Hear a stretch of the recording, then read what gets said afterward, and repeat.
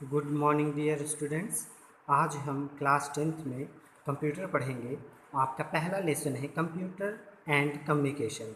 तो सबसे पहले देख लेते हैं कि कंप्यूटर क्या होता है, किसे कहते हैं और क्यों कहते हैं। सबसे पहले इसके बारे में जान लेते हैं और इसकी उत्पत्ति कैसे हुई है, इसका नामकरण कैसे किया गया है, इसके बारे में जानते हैं।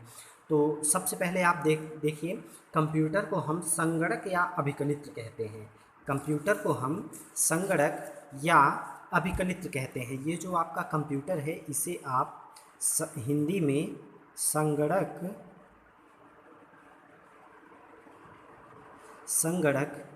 या अभिकलित्र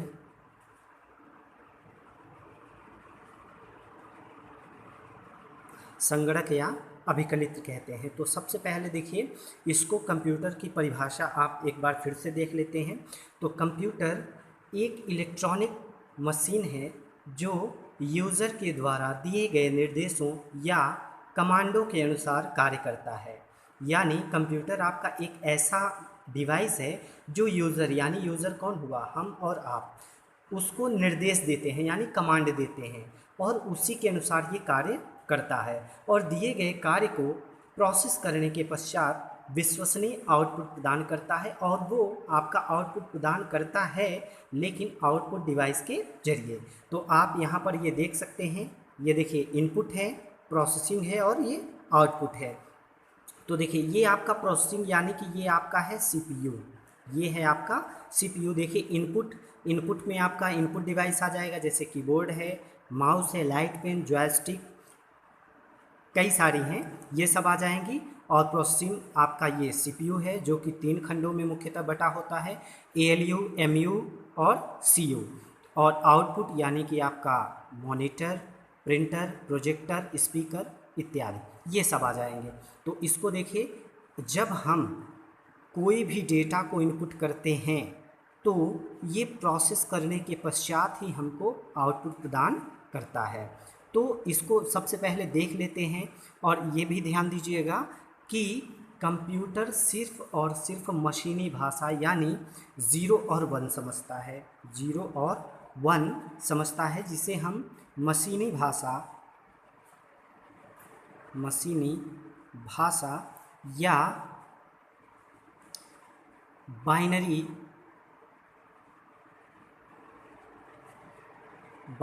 अंक प्रणाली या बाइनरी सिस्टम कहते हैं, बाइनरी अंक प्रणाली, या इसे हम लो लेवल लैंग्वेज भी कहते हैं, जो कि 0-1 में पहले कोडिंग की जाती थी। ये सिस्टम आपका सिर्फ और सिर्फ 0 और 1 समझता है। तो सबसे पहले अब यहाँ पर एक आपके मन में सबसे पहले विचार आ रहा होगा कि हम लोग तो जो कार्य करते हैं वो अपनी लैंग्वेज में करते हैं, तो ये इसको सिस्टम कैसे समझ जाता है। यानी हम लोग तो कार्य करते हैं अपनी भाषा में, चाहे इंग्लिश हुआ, हिंदी हुआ, जो आप कीबोर्ड से प्रेस करते हैं या जो भी आप काम करते हैं, लेकिन ये कैसे रीड कर लेता है, तो आइए उसको हम समझ लेते हैं। तो देखिए ये आपका इनपुट, ये आपका कंप्यूटर है, ये आपका कंप्यूटर है। तो ये साइकिल आप देखिए, ये इनपुट डिवाइस है, ये आपका प्रोसेसिंग है यानी सीपीयू, और ये आउटपुट है। तो इसको आप समझिए, यहाँ पर जब आप कोई भी की प्रेस करते हैं यानी इनपुट करते हैं तो वो आपका क्या कहलाएगा, डेटा कहलाएगा। जो भी आप, जैसे आप टाइप कर रहे हैं, Ram is a good boy. तो देखिए जो आपने Ram is a good boy आपने टाइप किया, आर टाइप किया, ए टाइप किया, एम टाइप किया, तो देखिए एक एक आपने कैरेक्टर 1 बाय 1 आपने टाइप किया, तो आपका ये क्या कहलाएगा, डेटा कहलाएगा। यानी जब आपने पूरा ये टाइप कर दिया, ये प्रोसेस होने के पश्चात आपको ये मॉनिटर पर डिस्प्ले हो जाएगा, तो ये आपकी पूरी क्या बन जाएगी, इंफॉर्मेशन बन जाएगी। यानी आप दिए गए डेटा को इनपुट किया, फिर प्रोसेस हुआ, फिर आपको मॉनिटर पर डिस्प्ले हुआ, तो ये आपका क्या कहलाएगा, डेटा कहलाएगा। तो चलिए देख लेते हैं इसको। देखिए जब आप कोई भी डेटा को इनपुट करते हैं तो ये आपका सीपीयू में जाता है, ध्यान दीजिएगा, ये सीपीयू में जाता है। तो देखिए इसकी मुख्यतः 3 खंड होते हैं, एक होता है सीयू, एएलयू और एमयू। यानी जो आप इनपुट करेंगे, जो आप इनपुट करेंगे ये सबसे पहले किस में जाएगा, कंट्रोल यूनिट में। ये control unit, arithmetic logical unit, MU यानी मेमोरी यूनिट। ये CU क्या करता है, पूरे सिस्टम को चलाने का कार्य करता है, यानी इस पूरे सिस्टम को मैनेज करने का कार्य करता है, गवर्न करता है। इसके बाद ये जिस तरीके का कार्य होगा उस यूनिट में, अगर गणितीय कार्य है तो ALU में, अगर आपको संग्रह करना है तो MU में भेज देता है। और उसके बाद ये प्रोसेस करने के पश्चात तब आपको ये मॉनिटर पर डिस्प्ले कराता है। ये आपका हो गया इसका स्ट्रक्चर। अब देखिए, जो मैंने कहा कि आप केवल और केवल कंप्यूटर आपका 0 1 समझता है, यानी बाइनरी नंबर सिस्टम समझता है। तो देखिए, जब आपने A प्रेस किया, क्या प्रेस किया, A प्रेस किया, जब आपने A प्रेस किया तो आपके सिस्टम में एक होता है ASCII, American standard code for information interchange. ये कोड होता है जो कि हर एक कैरेक्टर का अपना अपना एक कोड होता है। जैसे A का होता है कितना, 65, और ये स्मॉल है, इसका होता है 97, इसका होता है 97। तो इसको आप समझिए, देखिए ये कैपिटल A है, इसका 65 है, और ये स्मॉल है, इसका 97 है। अगर 97 में आप 65 माइनस करिए, देखिए 97 में आप 65 माइनस करिए तो ये 2 आएगा और ये 3 आएगा, यानी 32 आया। कभी कभी आपसे एग्जामिनर ये भी पूछता है कि कंप्यूटर में 32 का कॉन्सेप्ट क्या होता है, तो आप उसको यही आंसर देंगे कि ये आपका जैसे स्मॉल ए है और कैपिटल ए है, तो ये इसके ASCII कोड को रिप्रेजेंट करता है, यानी उसके अंतर को रिप्रेजेंट करता है। देखिए, अगर 65 में आप 32 जोड़ेंगे तो 97 आएगा, और 97 में 65 आप लेस करेंगे तो ये 32 आएगा। तो उसी प्रकार से तब ये 65 को किस में कन्वर्ट करेगा आपका सिस्टम, बाइनरी नंबर में। बाइनरी नंबर में कन्वर्ट करने के बाद तब आपका ये A टाइप होता है, लेकिन ये इतना क्विकली होता है, यानी जल्दी होता है कि आपको समझ में नहीं आता है। तो आई होप आप यहाँ पर समझ गए होंगे। तो देखिए, यहाँ पर देख लीजिए, लैटिन भाषा के कंप्यूट शब्द से उत्पत्ति हुई है, किसकी, कंप्यूटर की।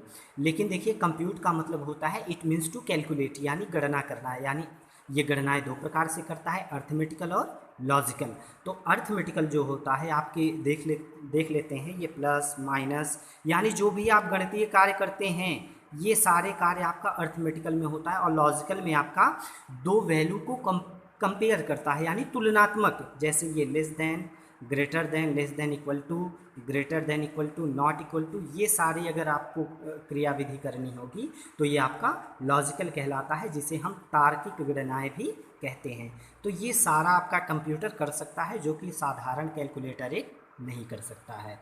तो आगे देखते हैं, अब आपके लेसन पर आ जाते हैं।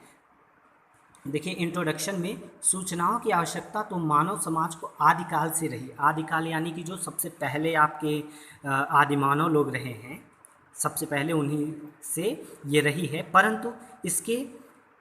परंतु इसके लिए उसे कठिन परिश्रम एवं अपना अमूल्य समय अत्यधिक खर्च करना पड़ता था। यानी अगर आपको कोई इन्फॉर्मेशन भेजना था तो वो पहले के समय में क्या होता था कि वो व्यक्ति वहाँ तक जाता था, फिर वो सूचना देता था, फिर आता था। तो इसमें समय और प्लस आपका जो इन्फॉर्मेशन जब तक पहुँच जाना चाहिए वो टाइम डिले होता था। तो आप ये कह सकते हैं कि ये पहले समय में ये आपका उतना सही नहीं था। आगे देखिए, कुछ दशक पूर्व सूचना स्थानांतरण के साधनों की गति धीमी थी, जिससे सूचना भेजने तथा प्राप्त करने में अधिक समय लगता था। और कभी कभी ऐसा भी होता था कि सूचना का कोई अर्थ ही नहीं निकलता, अर्थात क्रिया के पश्चात सूचना प्राप्त होती थी। यानी कहने का यहाँ पर सेंस ये है कि सबसे पहले जो सूचनाएं ट्रांसफ़र की जाती थी, यानी एक मनुष्य के द्वारा वहाँ डेस्टिनेशन एड्रेस तक, तो वो आपका सही समय पर नहीं पहुंच सकता था, या किसी को सही समय पर मिल जाता था या फिर नहीं मिलता था। आगे देखिए, किसी व्यक्ति, समुदाय, संस्थान, देश की उन्नति का मुख्य आधार समय से सूचना प्राप्त करना होता है। यानी अगर आपको कोई भी इन्फॉर्मेशन समय से मिलती है तब आप उसका सही से काम कर सकते हैं, या जो आपको काम करना है उसका निर्णय ले सकते हैं। देखिए, जिस व्यक्ति, समुदाय, संस्था, देश के पास जितनी तीव्र गति से सूचना प्राप्त करने तथा उसे भेजने की जितनी अच्छी व्यवस्था होगी, वह व्यक्ति, समुदाय, संस्थान एवं देश उतनी ही तीव्र गति से विकास की ओर अग्रसर होंगे। तो आप देख सकते हैं वर्तमान युग में कि जितनी भी चीज़ें हैं आपकी सब इंटरनेट के द्वारा सूचनाएं भेजी जाती हैं, चाहे बैंक का काम हो या अन्य काम हो, कोई भी, सब आपका आजकल नेट के द्वारा होता है और उसी के द्वारा आपके सारे कार्य हो रहे हैं। देखिए, वर्तमान समय में सूचना स्थानांतरण करने के साधन अत्यधिक तीव्र हैं। वर्तमान युग में कंप्यूटर या इलेक्ट्रॉनिक युग के नाम से जाना जाता है। हम मोबाइल, टेलीफोन, ईमेल, फैक्स या अन्य इलेक्ट्रॉनिक मीडिया द्वारा डेटा या सूचना को कुछ ही माइक्रो सेकेंड में भेज तथा प्राप्त कर सकते हैं। ये आप जान रहे हैं कि मोबाइल से, टेलीफोन से, ईमेल से, आजकल तो आपका व्हाट्सएप का ज़माना है, व्हाट्सएप के माध्यम से, फेसबुक के माध्यम से, ट्विटर के माध्यम से, यानी कोई भी सोशल साइट हुई उसके माध्यम से या जीमेल के माध्यम से आप डेटा को क्विकली यानी जल्दी से सेंड कर सकते हैं और आप प्राप्त भी कर सकते हैं। तो देखिए, डेटा तथा सूचना को एक स्थान से दूसरे स्थान तक भेजने तथा प्राप्त करने को डेटा संचरण या कम्युनिकेशन कहते हैं। ये लाइन आप लोग ध्यान से देखिएगा। डेटा तथा सूचना को एक स्थान से दूसरे स्थान तक भेजने तथा प्राप्त करने को डेटा संचरण या कम्युनिकेशन कहते हैं। तो आइए इसको भी समझ लेते हैं। तो देखिए, ये जैसे आपका सिस्टम ए है, ये आपका सिस्टम ए है और ये सिस्टम आपका बी है। ये मान सकते हैं आपका ये अमेरिका है और ये बांग्लादेश है, कुछ भी नाम दिया जा सकता है। ये अमेरिका है और ये बांग्लादेश है। तो देखिए, ये आपका सिस्टम अगर अमेरिका से ये बांग्लादेश आपको सेंड करना है कोई भी मैसेज, तो सबसे पहले आपके पास क्या होना चाहिए? नेटवर्क होना चाहिए। ये आपका नेटवर्क होना चाहिए। तो ये नेटवर्क तो होगा, लेकिन आप कैसे सेंड करेंगे इसको, आइए इसका हम स्ट्रक्चर समझते हैं। तो देखिए, ये जो ए है, ये सिस्टम, ये आपका कहलाएगा क्या? Source address. क्या कहलाएगा? Source address. और जहाँ भेजा जाना है ये कहलाएगा डेस्टिनेशन एड्रेस। क्या कहलाएगा? Destination address. ये सोर्स एड्रेस, ये डेस्टिनेशन एड्रेस, जिसे आप ये कह सकते हैं ये आपका सेंडर है, ये आपका सेंडर है और ये आपका रिसीवर है। ये आपका सेंडर है और ये रिसीवर है। और इसे सोर्स एड्रेस या डेस्टिनेशन एड्रेस इसलिए कह रहे हैं क्योंकि यहाँ से भेजा जाना है और यहाँ से भेजा जा रहा है और यहाँ भेजा जाना है, यानी ये भेजेगा, इसे आप कहेंगे प्रेषक और इसे क्या कहेंगे? प्राप्तकर्ता। तो देखिए, जब यहाँ से ये भेजेगा तो यहाँ तक तो जाएगा, लेकिन नेटवर्क के माध्यम से जाएगा, लेकिन इसमें आपका प्रयोग होता है क्या? मॉडेम। क्या प्रयोग होता है? मॉडेम, जिसका पूरा नाम है मॉड्यूलेटर तथा डीमॉड्यूलेटर। मॉड्यूलेटर तथा डीमॉड्यूलेटर। तो देखिए, इसका काम क्या होता है? जब आपका ये डेटा, कोई भी डेटा आपके सिस्टम में है तो ये आपका डिजिटल फॉर्म में है, यानी 0 और 1 में है। तो जब आपने भेजा, जब आपने सिस्टम से भेजा तो ये किसी न किसी प्रोटोकॉल के जरिए जाएगा, यानी इस पर जो नेट पे नियमावली काम करती है उससे हम क्या कहते हैं? प्रोटोकॉल कहते हैं। तो देखिए, प्रोटोकॉल होता क्या है? तो प्रोटोकॉल इंटरनेट में सूचनाओं को स्थानांतरित करने के लिए जो नियमावली यानी जो व्यवस्था बनाई गई है उसी को हम प्रोटोकॉल कहते हैं। उसी को क्या कहते हैं? प्रोटोकॉल कहते हैं। यहाँ तक आपको समझ में आया होगा। आगे देखिए, जब आपने ये ए सिस्टम से बी सिस्टम को जब भेजना चाहा तो जो आपका इन्फॉर्मेशन है तो ये डिजिटल फॉर्म में है, 0-1 में। तो जैसे ही आपने भेजा वो किस में कन्वर्ट हो जाएगा? एनालॉग फॉर्म में। किस में कन्वर्ट हो जाएगा? एनालॉग फॉर्म में। और जो आपका डेटा है, ये डेटा आपका छोटे छोटे पैकेट के रूप में टूट करके जाएगा, छोटे छोटे पैकेट के रूप में टूट कर जाएगा। ऐसा इसलिए होता है, और ये काम कौन करता है? आपका मुख्यतः टीसीपी आईपी। टीसीपी आईपी यानी ट्रांसमिशन कंट्रोल प्रोटोकॉल और internet protocol. Transmission control protocol ये आपका डेटा को ट्रांसमिट करता है और इंटरनेट प्रोटोकॉल क्या करता है? ये डेटा को छोटे छोटे पैकेट के रूप में क्या कर देता है? विभक्त कर देता है। और हर पैकेट पर इसका एड्रेस होता है जो कि 0 से लेकर के 255 तक होता है। 0 से लेकर के 255 तक होता है। और ये आपको दिखता नहीं है, ये आपको नहीं दिखता है, ये इंटरनल होता है। उसके बाद जब आपका यहाँ डेटा आया तो ये जब सिस्टम में नहीं है तो ये आपका एनालॉग फॉर्म में है, तो ये मॉडेम फिर से एनालॉग को किस में कन्वर्ट कर लेगा, डिजिटल में। किस में कन्वर्ट कर लेगा, डिजिटल सिग्नल में, यानी इसको 0 और 1 में, तब आपका इंफॉर्मेशन यहाँ पर डिस्प्ले हो जाता है। और ये प्रोटोकॉल तब तक कार्य करता है जब तक कि ये आपका इंफॉर्मेशन सोर्स एड्रेस से डेस्टिनेशन एड्रेस तक ट्रांसमिट नहीं हो जाता है। यानी आपका जब तक ये इंफॉर्मेशन पूरा तरीके से भेजा नहीं जाएगा तब तक ये प्रोटोकॉल उस पर कार्य करता रहेगा।